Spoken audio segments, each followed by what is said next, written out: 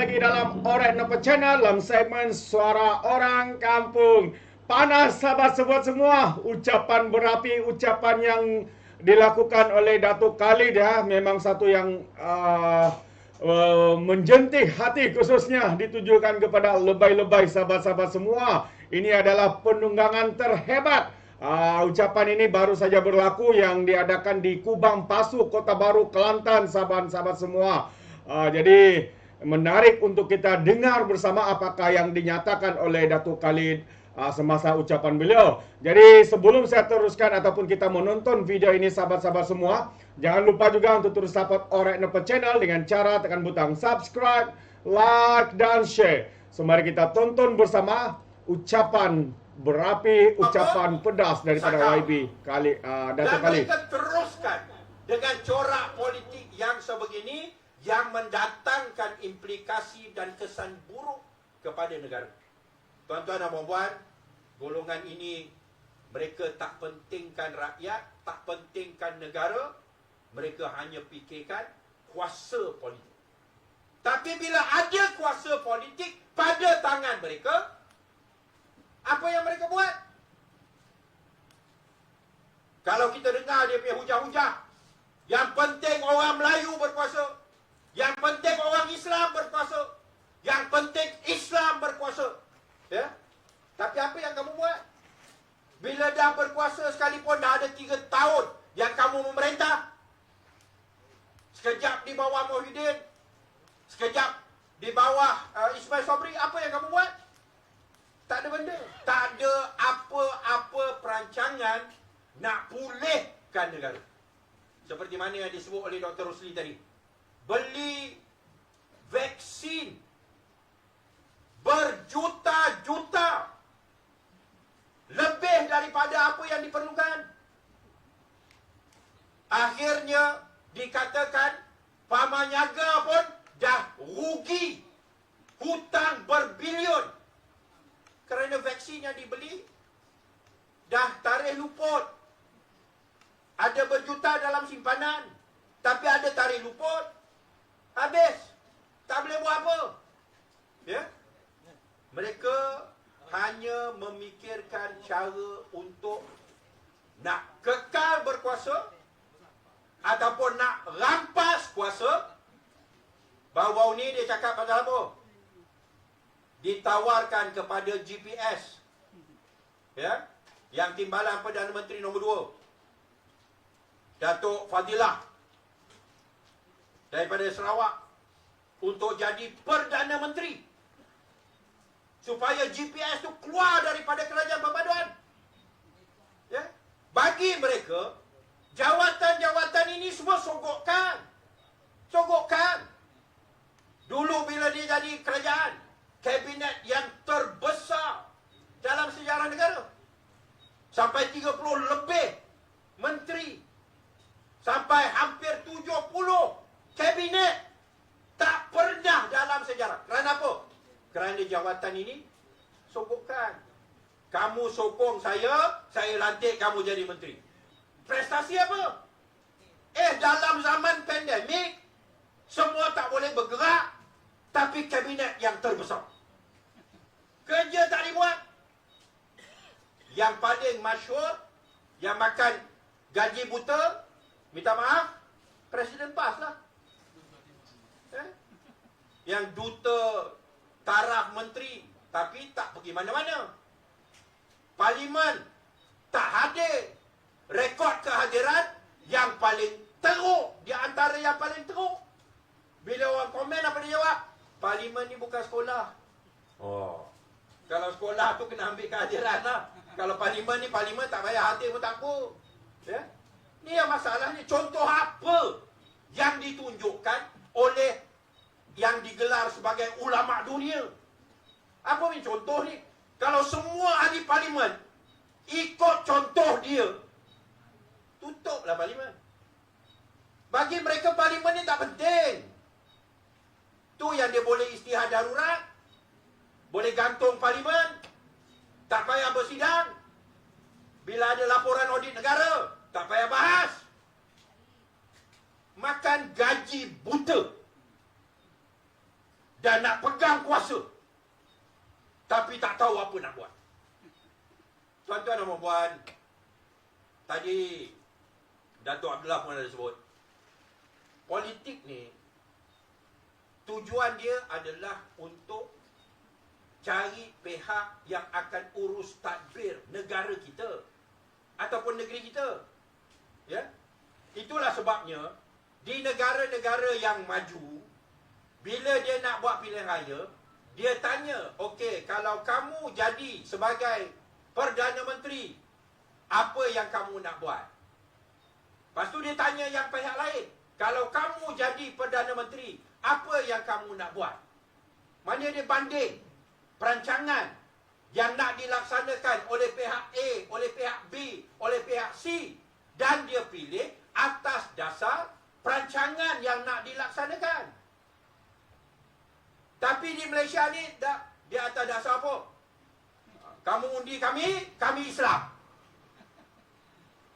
Kamu tolak kami, kamu menentang Islam. Ada masalah air, mu nak air ke mu nak Islam? Ada masalah sampah, mu nak masalah sampah selesai ke mu nak Islam?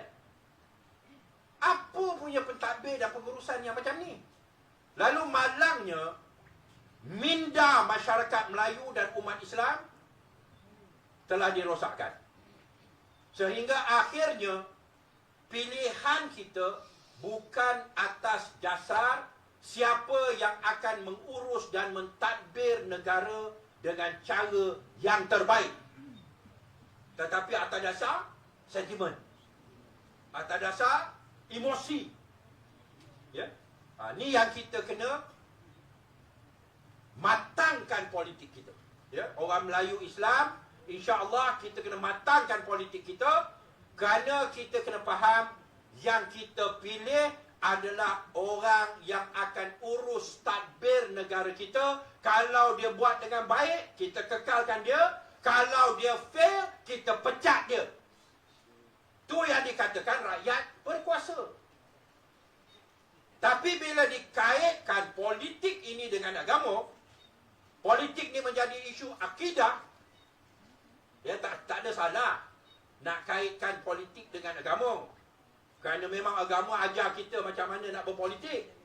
Ya, cakap benar, jangan menipu, bersifat amanah.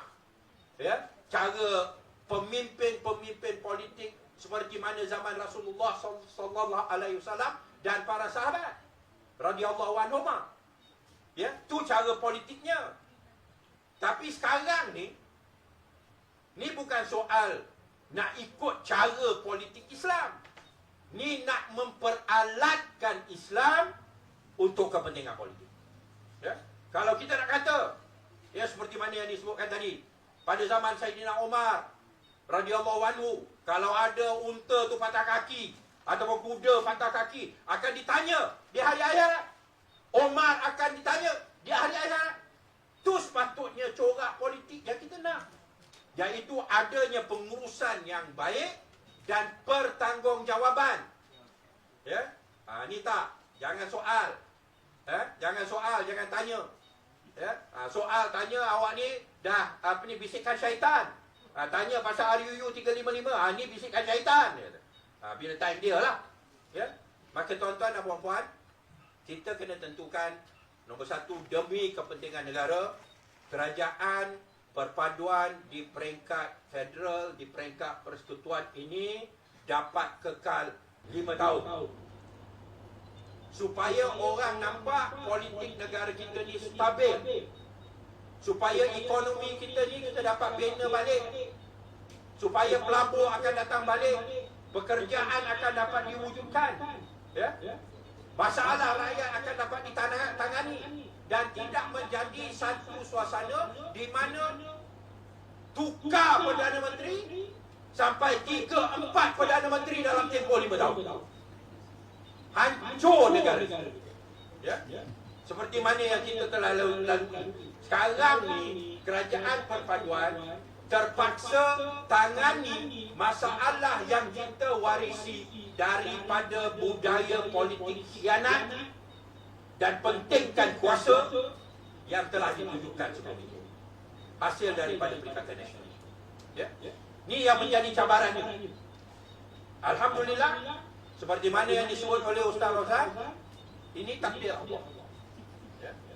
Tak pernah kita fikir, saya ni dulu berkapas lah. Ya. Tak pernah saya fikir saya akan keluar PAS. 32 tahun dalam PAS. Keluar daripada universiti terus masuk PAS. Ya.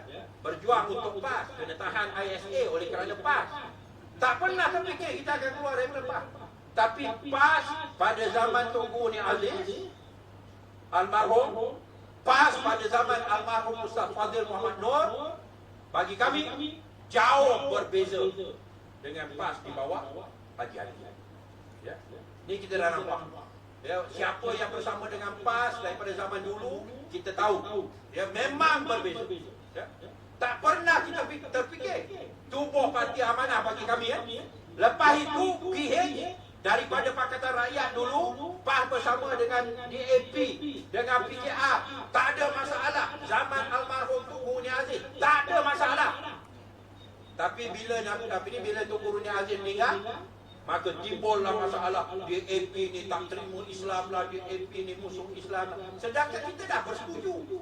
Memang kita faham masing-masing ada prinsip, ada pegangan masing-masing. Ada saling menghormati.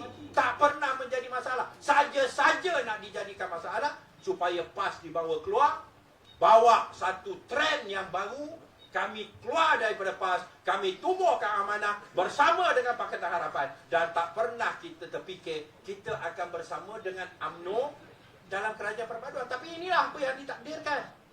Kerana dah tak ada pilihan. Kalau tidak, tak ada kerajaan. Ya? Kalau tidak, tak ada kerajaan.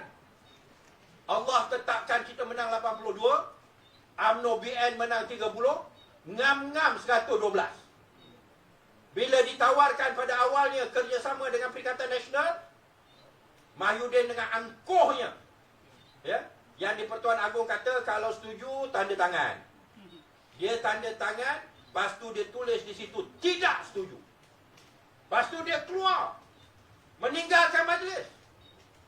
Ya, satu sikap yang kononnya kata nak jaga institusi Raja-Raja Melayu, tapi dengan yang di-Pertuan Agong pun kamu tak boleh tunjuk hormat. Ya? Dan apa yang telah ditetapkan sekarang ini, alhamdulillah, satu gandengan di antara Pakatan Harapan dengan UMNO, Barisan Nasional. Ya? Kita harap ianya akan berterusan dan kita saling melengkapi di antara kita. Ya? PH tak sempurna. Mungkin ada kelemahan-kelemahan yang UMNO boleh tampung. UMNO BN pun tak sempurna. Yang mana PH boleh tampung dan bantu supaya akhirnya kita mendapat satu kerajaan yang mempunyai parti Melayu yang antara yang terkuat bersama dengan PH, parti yang memberikan penekanan kepada persoalan good governance, yang mana dengan itu kedua-dua parti ini bila berganding dan meletakkan kepentingan negara mengatasi segala-galanya, kita boleh sama-sama selamatkan negara kita. Ya, pulihkan ekonomi negara, kembalikan keyakinan, ya, terhadap negara kita.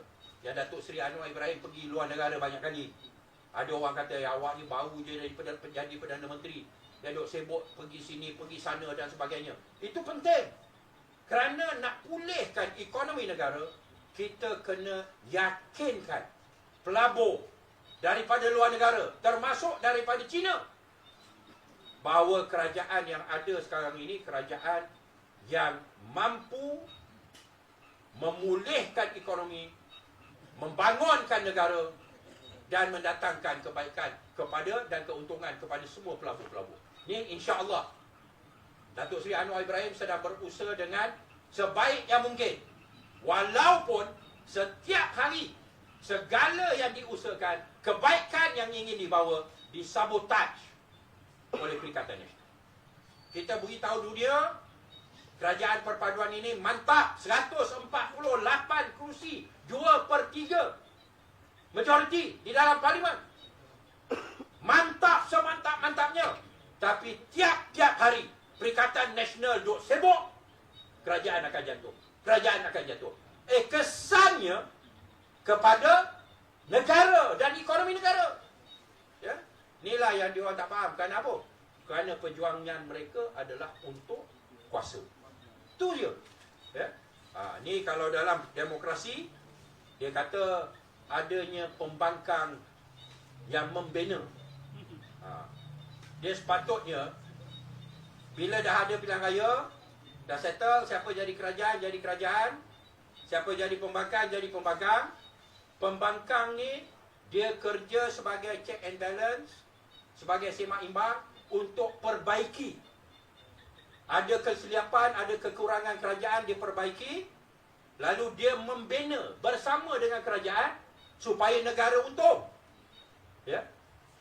Akhirnya yang dapat manfaat adalah negara. Pembangkang dengan kerajaan bekerja sama. Ya. Ke arah untuk membangunkan negara. Awak buat kerja awak, kami cek. Kami selidik. Kami tengok macam mana kami buat semak imbang. Ya. Macam dulu bila kita semasa Ismail Sabri. Ya. Dia sebagai Perdana Menteri, kita ada MOU. Ada MOU. Di antara pembangkang dengan kerajaan. Kita akan lakukan semak imbang. Ya. Dimasukkan dalam PAC. Ya, Parlimen punya Accounts Committee. Masuk dalam PSC, Parlimen Select Committee. Pembangkang ada dalam, kerajaan ada dalam, semua yang dibuat, kita buat check and balance. Dan kita janji kalau kita laksanakan ini, kita tidak akan ada usaha untuk nak jatuhkan Ismail Sabri pada ketika itu. Maka kami sebagai pembangkang, pada ketika itu, memainkan peranan sebagai pembangkang yang membina. Kerana matlamat pembangkang dan kerajaan mesti sama. Iaitu kerajaan dan pembangkang bekerjasama membangunkan negara, mendatangkan manfaat kepada rakyat. Bukan macam sekarang. Sekarang ni bukan kerajaan, ada pembangkang yang membina. Ni pembangkang yang tak guna. Ya? Tak guna. Tak ada apa manfaat. Selain daripada tiap-tiap minggu, tiap-tiap hari, kerajaan akan jatuh. Kerajaan akan tukar. Ya? Ni ada 10 ahli parlimen, 15 ahli parlimen akan lompat. Lepas tu pergi jumpa dengan timbalan Perdana Menteri nombor 2. Zahid Hamidi, dia tahu dia tak boleh sogok. Jumpa timbalan Perdana Menteri nombor 2. Sogok nak jadi Perdana Menteri. Apa kerja kamu? What you doing? Merosakkan negara.